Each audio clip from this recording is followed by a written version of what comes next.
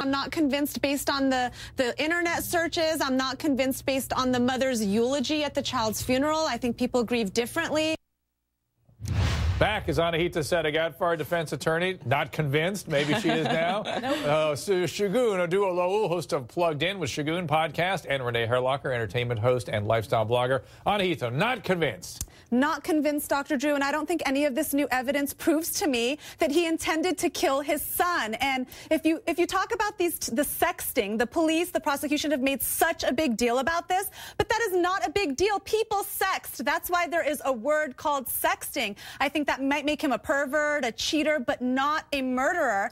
And let me just say one thing. If I'm the defense, I'm using the fact that he was sexting with 6 different women in my favor, because I'm saying he's possibly a sex addict, and that's why he reasonably could have forgotten his child was in the car. Anahita's a baby killer defender. That's all we know here. Dr. Drew, that's wow. That was low even for you, Doc. Oh, she's defending on Anahita. You have my back. Now, Leanna visited, the wife, she visited the husband. She looked at how to get out of statutory, what the laws were. Does that make him a murderer, Shagun? Hold on a second. I'm just saying. It's irrelevant. Okay, so that's what I'm saying. He's a horrible guy. He's a cheater. He's a child molester.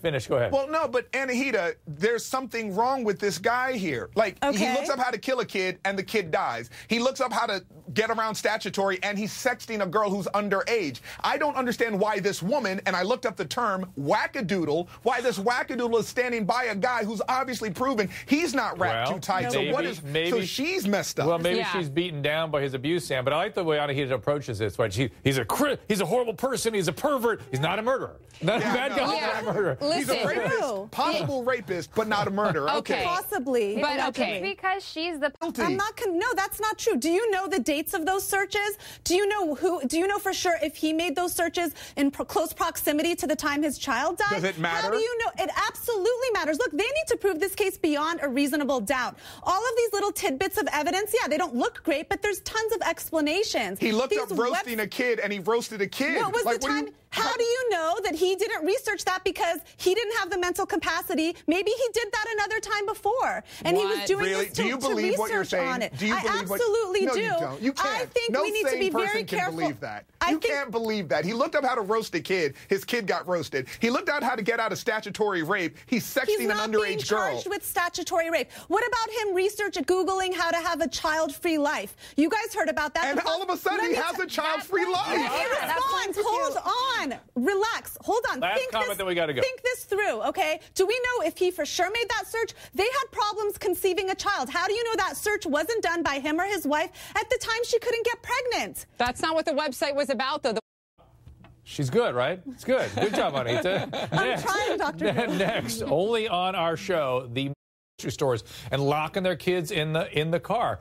Anahita, can you defend that stuff if somebody does that and forgets a child in a car because they went in to toss a couple beers down? Well, yeah, it's a different level. I mean, on the one hand, you have someone that arguably did this intentionally, which is what's being alleged in this case. And then you have negligence. So when it's negligence... Both criminal. Both criminal, right. You can't have criminal negligence. And that's when you didn't mean to, you forgot, it truly was an accident. Both of them, though, are criminal cases. And Evie, from the beginning, could she... our viewers were asking whether or not she's going to be accused of something. I don't think she is, not based on the evidence they have on her now. If they want to convict her for not showing enough emotion or for using certain words at the eulogy or for chewing gum during the hearing, then yeah, go ahead and charge her. But they have nothing on her. There's no tangible evidence that she conspired with her husband, Dr. Drew. Where are the emails? Where are the text messages? Where is any communication that the police or the prosecution can show us that would indicate that she conspired with her husband to kill her own child? It's not there, and that's why they haven't charged her. Oh, the Twitterverse is going to show their love to Anahita today. Next up, a woman says in a Facebook posted on Facebook. Now, people are looking at all that, Anahita, and saying, is she competent to stand trial? That's a great question, and one of the first things her attorneys need to do is get her evaluated, Dr. Drew.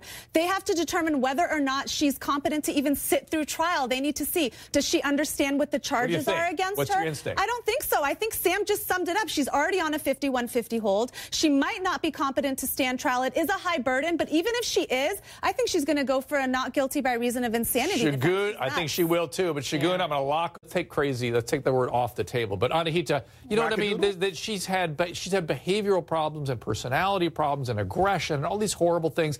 That doesn't make somebody incompetent to stand trial. Well, yeah, there's two issues. Like I said, even if she's found competent to stand trial, which means she understands the charges against her, she can participate in her own defense. Dr. Drew, how can you say that this was only evil and that this girl didn't have mental issues? I didn't say she was smart enough to use the phone. No. I said she wasn't. No. She has long-standing mental issues, but she's not incompetent. No, she was smart enough to upload videos, smart enough to videotape herself, and to know she did something to keep bad. A log. And then here's what bothers me, Anahita. She wasn't trying to hide it from the police. She wasn't trying to cover up her tracks. Yes, she was. Because if you follow the facts, she took his phone. Both of you for a second. She took his phone. Stop. Yeah. There's a lot of criminality here, Anahita. Then that suggests that and none of those were, incompetent. None of those were, stole the we don't know that. We don't. Maybe she was not incompetent to stand trial, but she might have gotten a not guilty by reason of insanity. She might have not been sentenced to any jail time. Maybe she was sentenced to treatment. Dr. Got it. When you try to not cover up the fact that you committed a murder, when you brag to police about it, that pretty much indicates you didn't know that what you did was wrong. So having violent fantasies about this. Or maybe she wanted attention. But Anahita, how much more evidence do you need? Like, it's there in black and white. Then she stole the phone so the police couldn't call it. I'm not saying she didn't do it. She confessed, Shagun. What I'm saying is the issue is going to be, did she know that what she was doing was wrong? Here's what when you leave the scene of a crime, you know. Hold on. I've got